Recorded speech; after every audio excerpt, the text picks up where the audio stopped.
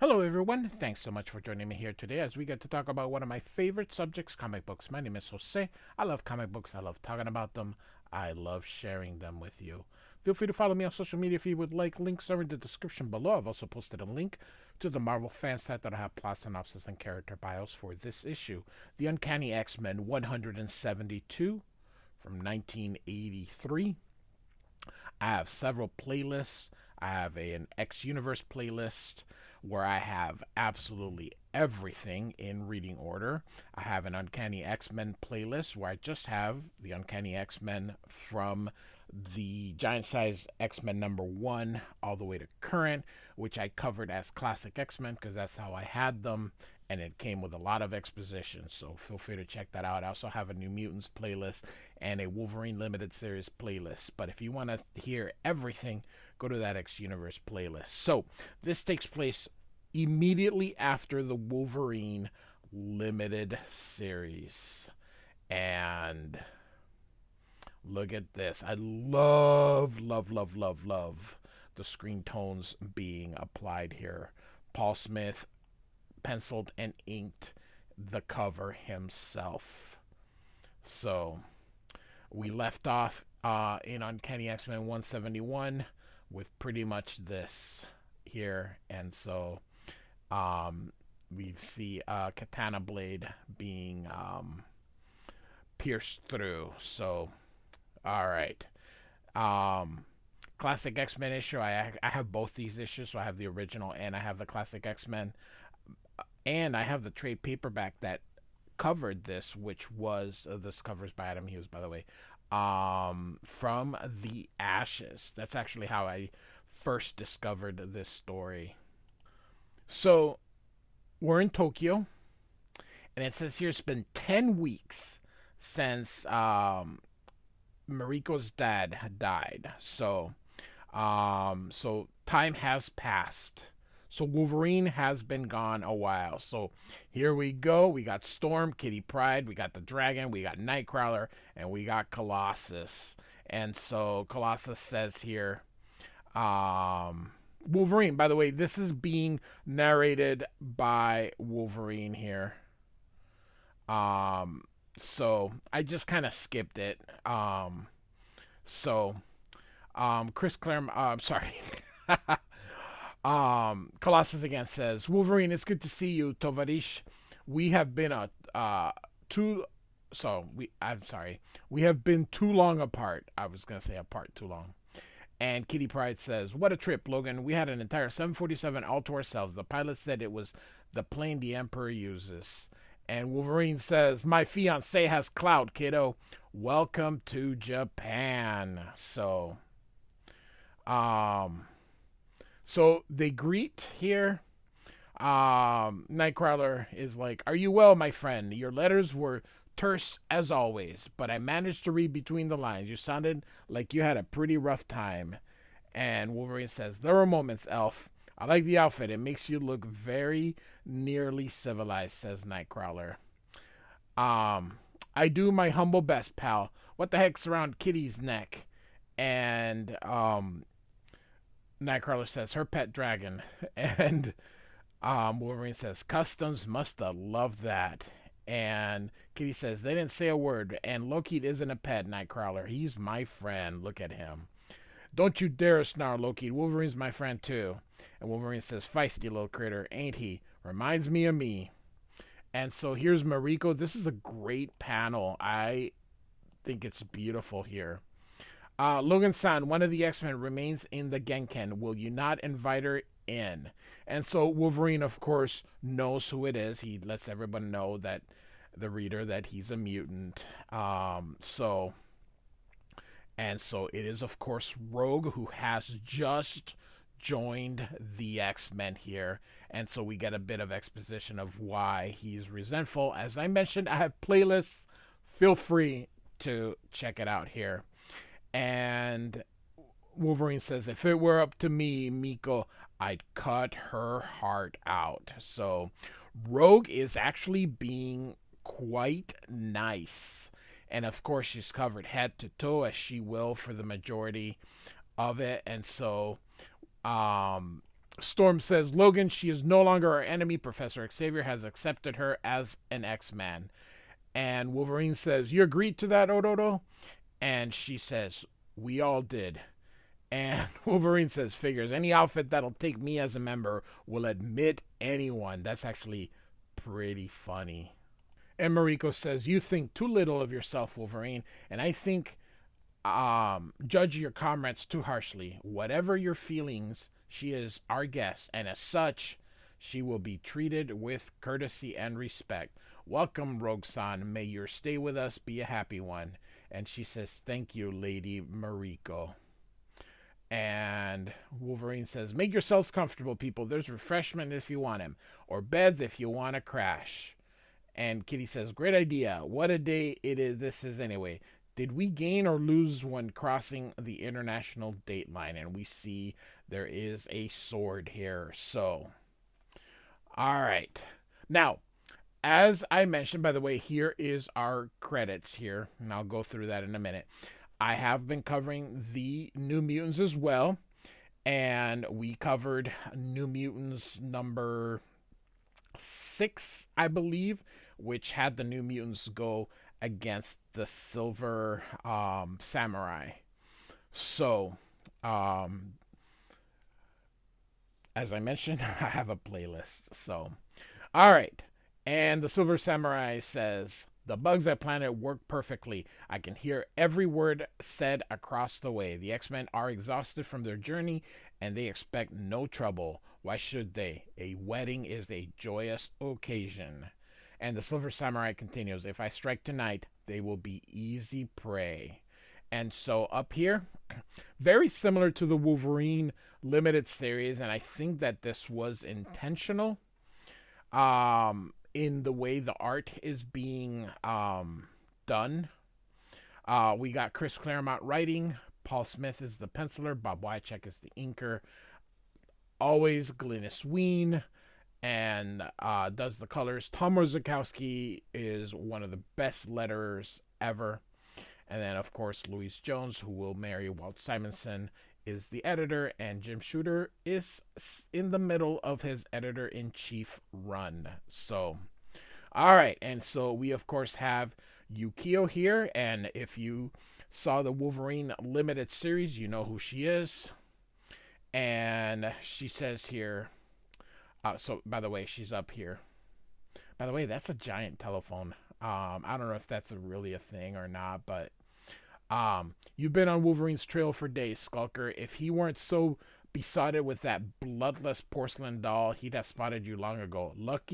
Luckily for him, less so for you. He has nothing to fear, and so long as I'm around. And so here we go. And so the name of this story is Scarlet in Glory. So, and so Yukio hits him from behind here. He's a perfect target. I could have killed him easily.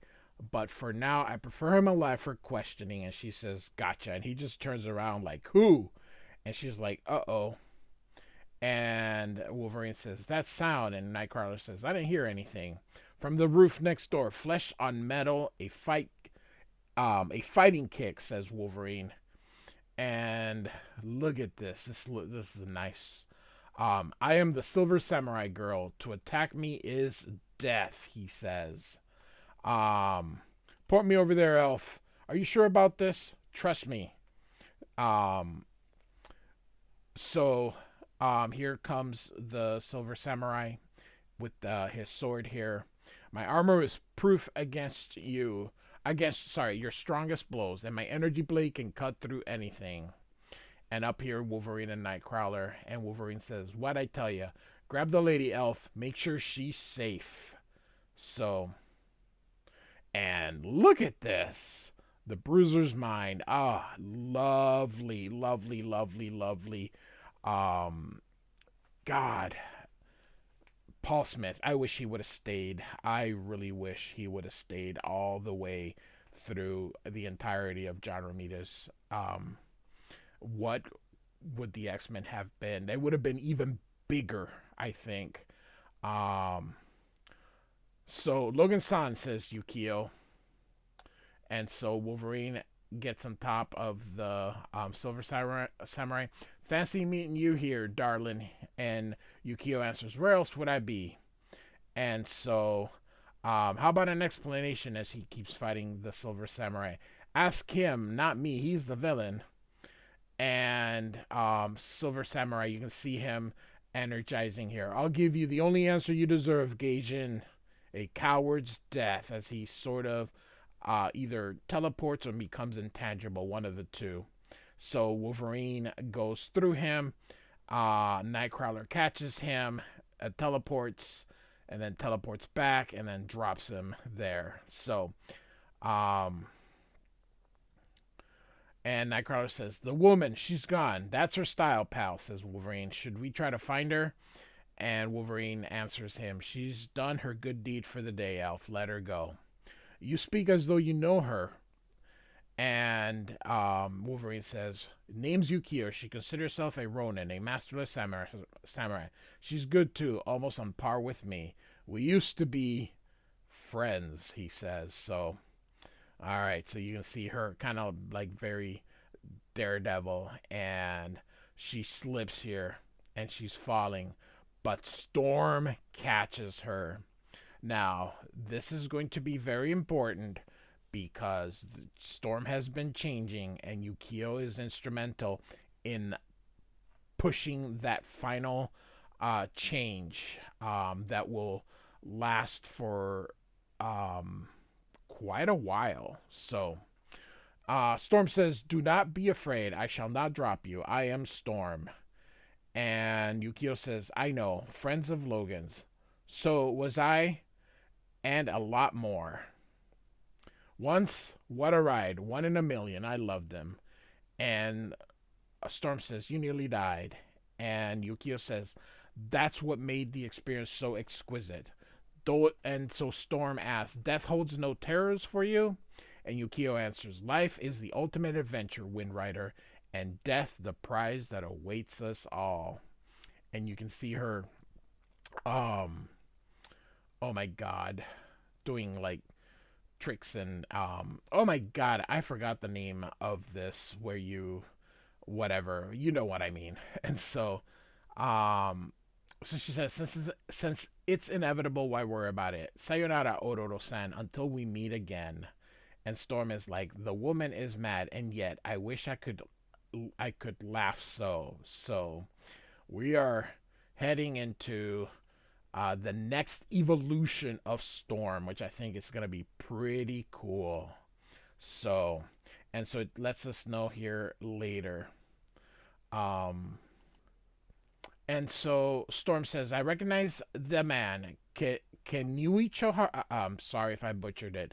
Harada, the Silver Samurai. He and his mistress Viper fought the New Mutants recently and killed one of them. Shan Koi Man. By the way, she's not dead, but I am currently, like I mentioned, I have a playlist here, but they all think she's dead. Well, Professor Xavier knows she's not dead. Anyway, I digress. So Storm says, was he following us, Logan, or you? Is there a connection between him and you, him and Mariko? And Wolverine says, maybe so. Mariko's dad, Shingen, used to use the clan as a power base from which he seized control of the Japanese underworld.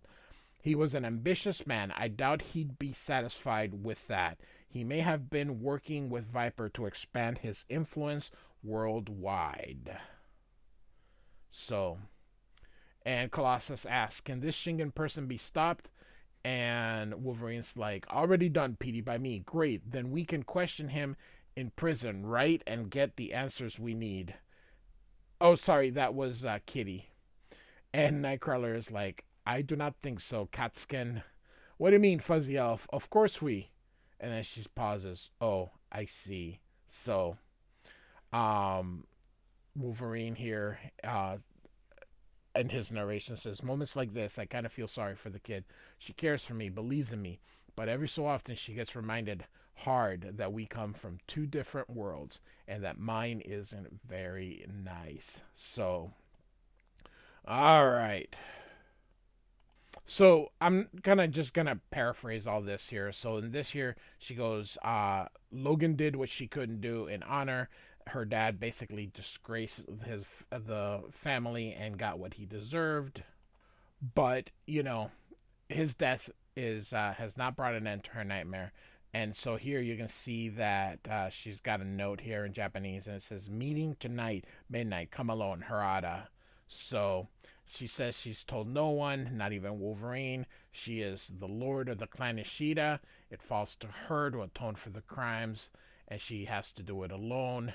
And then uh, tells her handmaiden that she'll be out and that Wolverine and his guests are not to know. So, all right. So here she goes, opens the door, boom, hit right by Viper.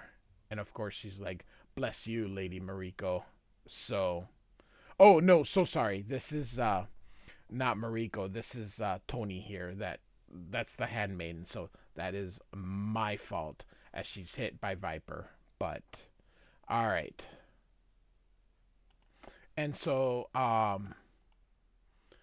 she says, "Bless you, Lady Mariko, for the noble fool you are. Before this night is out, my champion will have either your abdication or your head. And once I'm through here, the X-Men will be in no condition to save or avenge you." So she's heading for the T, which um, they give here, and you can see Rogue's kind of sitting apart from everybody, um, and Storm's looking out. Of course, they don't know that it's Viper, but I'm surprised Wolverine doesn't smell her. Um, so and so um the Viper here says, "Will there be anything else, Logan-sama?" "No, thank you, Yoshi. We'll call if we need you. Have some tea, darling. It'll warm you up." "Many thanks, Logan. These are lovely apartments. They'll do." And of course, look at Viper kind of smiling. "You're different, Ororo." And she looks at him and says, "So are you, my friend," as Viper kind of walks by. So and Wolverine says, "That's for sure. Whatever road I figured my life would take, I didn't count on it leading here. Look at me, a roughneck Canadian mountain man, about to marry the daughter of one of the oldest, most powerful, most respected families in Japan. I still don't believe it. It's really happening. This has got to be a dream." And uh, Storm says, "Why?" And he says, "Because a part of me doesn't think it's right.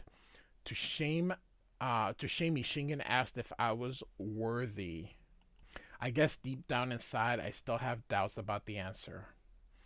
And Storm says, "If Mariko accepts you, what else matters? But I sense deeper concern, Logan." And Wolverine says, "Yeah, the clan's involvement in criminal affairs, thanks to Shingen, is far more extensive than Mariko suspects. Those ties won't be easy to sever.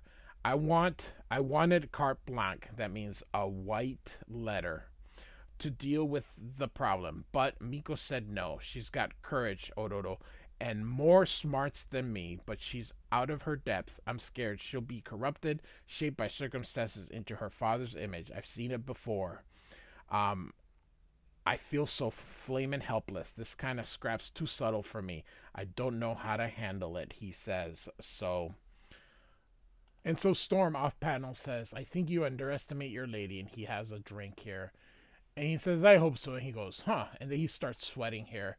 "Strange, the tea shouldn't have that after state. So faint I barely notice," he says. And Storm says, "I wish my own conflict were as clear cut." And then Wolverine says, "Storm, don't drink." And she's like, "What?" as he slaps it away, and the tea falls.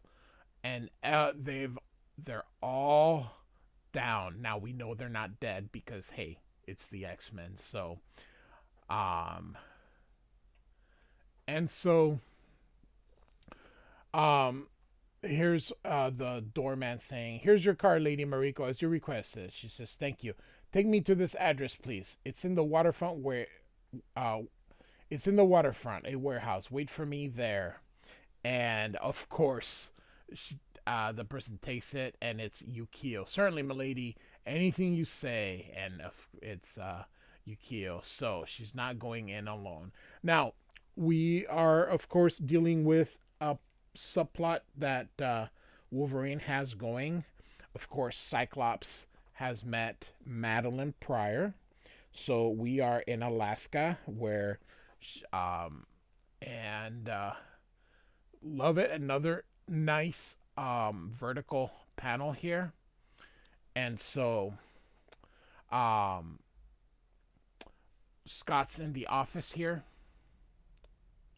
His grandfather owns this North Star Airlines, and so Cyclops has kind of been working. Chris Claremont is still tying him with the X-Men, although he hasn't really appeared with the X-Men um, at all for, well, basically since he took that leave of absence. And then there was the time he was there on X-Men 150, but and then he goes back with the Brood, but then he leaves again. So he sort of is in with the X-Men, then out with the X-Men. So, all right.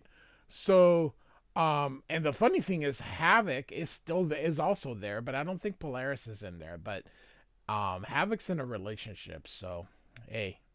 All right, burning the midnight oil, Big Brother, says Havoc. Hi Alex, what brings you here? Asks Cyclops. Funny, I was going to ask you the same thing and going through these personnel. Whose file? Madeline? This is none of your business, Alex, says Cyclops here.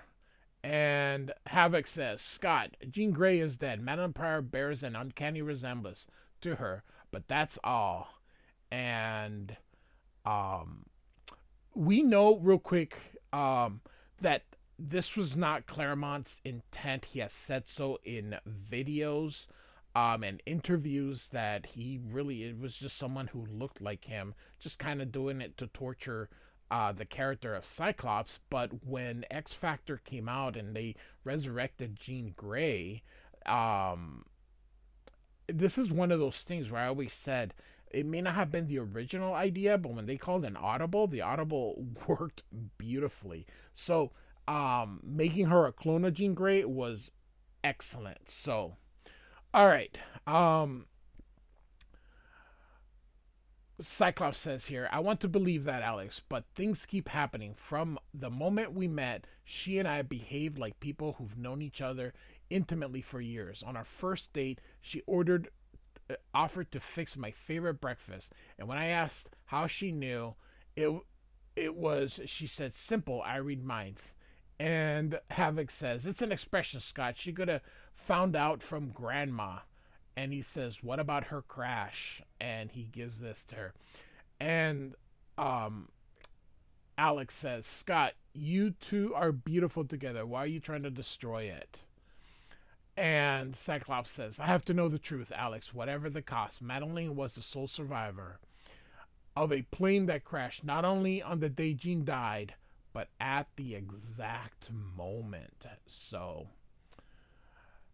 all right, we're back to Tokyo here.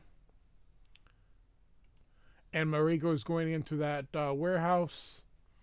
I'm here, Harada-san, as you requested. I assume the woman is your compatriot Viper. And Viper says, good evening, Lady Mariko. And this guy's here says, I am Naboton Yakusi. I'm so sorry. My lady, I have been asked to arbitrate this conflict. And Mariko says, even I have heard of the Grand Oyaboom. Again, I apologize. Of the Yakuza, the sole rival crime lord my father spared. And Mariko says, however, my presence is solely out of the little respect owed to my half-brother as a sibling. Know, Harada-san, that I rule Clan Yashida and will do so till I die. And of course, her half-brother says, well, that can be arranged. And the Yakuza guy says, silence, Lady Mariko, your words are not helpful. They are not meant to be, she says. And so she says, I acknowledge no authority save the Emperor. Your rulings means nothing. And the Silver Samurai says, I am Shingen's only son. He promised me the clan. It is mine by right. And Mariko says, you are a criminal like our father. You have dishonored our name, forfeited your heritage. So, very good stuff that Claremont, he is, I think he was, there's a few times when you can tell Chris Claremont is on fire, and this is one of them. This, the Dark Phoenix saga was one of them. Um, the Brood, although I hate the Brood, not a big fan of them. He was sort of on fire there, but he really picked it up here. And then it won't be again till the Mutant Massacre that he sort of gets back on it again after a little low here. Um, so Mariko says, your claim is denied. And Silver Samurai says, Gods, curse you, woman. You've signed your death warrant. And he unsheathes his sword. Oyabun, is this how you keep your word? I was guaranteed safe conduct. I made my pledge to Lady Mariko. You are not she. And Silver Samurai is, what? Who dares? Turns out it was Yukio the entire time. So, goodness gracious. So you can see she fires her dagger here, or little, dagger, that would be right. And Viper says, I followed the limousine all the way here. Since it never stopped en route, Mariko must still be inside or nearby. And Silver Samurai says, deal with her, Viper. The wild one is mine. This looks awesome here. So she kicks him again here and says, or no, she's thinking here. So Yukio noticed Viper disappearing and wonders if that's the same teleport device that Silver Samurai used. And so he manages to hit her, and he says, does my speech surprise you, Yukio? For all my bulk, I'm as fast as you. And she says, not really, nor as agile either. But she says, oh, he's coming close. So here comes Viper, and she's going to go shoot Mariko. And she goes, step out, Mariko. There's a good girl. Your gambit failed. It will cost you your life. And here, quite the contrary, Viper. Whoosh! And she hits. So who was it? It was, of course, Storm. The gambit was Yukio, and thus far proving most successful. And so she thinks here that she really used a very strong wind, and kind of is very thankful she didn't kill Viper here. And she tells Mariko to leave at once. And Mariko says, what have you of you and Yukio? And she says, we shall be fine. This is our sort of work. Use the car telephone to summon police as Yukio did me. And so off she goes to check. And so Storm is impressed by how much fun she's having being so reckless and fighting the Silver Samurai. And so she's going to try to use some lightning. And suddenly she goes, no. And she summoned a lot of it. And look at this. Splendid, mutant. You have done precisely what I expected of you. My trap is sprung. Your fate is sealed. So this was apparently a plan here. Too much power. I cannot dampen him. I'm electrocuting him. I must draw the bolts back into myself. And Yukio's like, this wasn't part of the plan. Storm's in trouble. And you can see it here that Storm, look at this. Very similar to how Binary was done. But that is cool. And Yukio's like, what's happening to her? So we get some exposition here, but nothing really worth. So you can see Yukio climbing up to go get her. And here she's got like a robe of some kind, or some kind of blanket, and she jumps and grabs her, and look at this. So they're falling. There's a boom. They're gonna hit the water, and they're okay, and Storm comes up, and so we're reading down, and then this here. So we've getting some vertical panels. Like I said, this is very Frank Miller, and so again, Yukio's just showing her lack of regard for her, even her own life here, and they're going out, and Storm is like, holy cow. And here comes the Silver Samurai. I live, he says. And Silver Samurai says, the Wind Witch and the Wild One did their worst, yet through some miracle I survive. But what a viper! And Naboton-san, the blast laid waste to the entire dockyard, and suddenly she sees Viper, and so and Viper, of course, is madly in love with her and says, run, women, hide as best as you can, for my death mark is upon you. When I have finished with my half sister, it will be your turn, he says. And so we see here this that they're being watched, but they don't see him. So this will all be revealed soon. So think of Jean Grey, what was sort of happening when she was turning into the Dark Phoenix. Think of that. And so you'll probably guess who this is. So there have been little hints here and there. So, all right, we're at a hospital here. And the Mariko had the security like their own secret service. And here Wolverine puts on his costume. They'll look after you and the X-Men while I'm gone. I will not permit this, Logan. You're too ill. It's suicide. And Wolverine says, if the samurai isn't stopped, he'll try again. More innocent people might be hurt. You want that, darling? Besides, Miko, my love, how are you going to stop me? And Rogue comes through. He says, I'm coming with you, Wolverine. And Wolverine's like, the heck you are. He says, I'm an X-Men, mister. Xavier said so. Work with him then, kiddo, not me. How am I supposed to prove myself if none of you will give me a chance, huh? And he says, what about the poison? He says, I'm half alien. Remember, it wasn't so effective on me. That's because she absorbed Carol, so that's why she's half alien. Concerning our condition, that's what, and what's at stake, you need backup. He says, makes sense, much as I wish it didn't. But you follow my lead, youngster, my orders every flaming step of the way. Tag, you're it. Rogue and Wolverine team up with one of the best covers that Paul Smith does in his run. So, Uncanny X-Men 172, Chris Claremont, Paul Smith, and Bob Wycheck. Like and subscribe. I do thank you for listening. Goodbye.